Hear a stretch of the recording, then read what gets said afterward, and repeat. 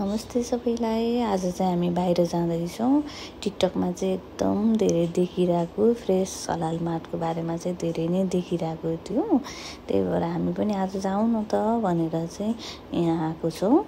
यहाँ चाहिँ सबै हामी नेपालीहरूलाई चाहिने सामानहरू सबै पाउँदो रहेछ कि खुर्सानीहरू, अब मसलाहरू, माछा, मासु है, तरकारीहरू पनि, घिरौँलाहरू, मसला, तेलहरू, लड्डुहरू सबै पाउँदो रहेछ। अनि प्राइस पनि हामीले यहाँ किनिरहने हलालहरूमा भन्दा चाहिँ 300-400 नै सस्तो पर्न जाने रहेछ कि एकदम राम्रो लाग्यो हामीलाई त। एकै ठाउँमा सबै कुराहरू पाउँदा सजिलो हुन्छ नि त।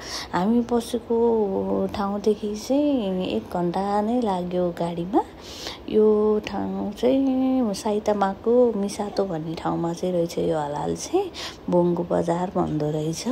सबै कुराहरू पाउने एकदम राम्रो लाग्यो। हजुरहरू पनि नजिकै साइतामा टोकियोतिर बस्नुहुन्छ भने चाहिँ मिलाएर जानुहोला। सबै कुराहरू पाउँछ। मसलाहरू पनि कति थरी पाउँदो रहेछ। सामानहरू पनि राम्रो पाउँदो रहेछ र सस्तो पनि लाग्यो। सबै जानुहोला। Thank you.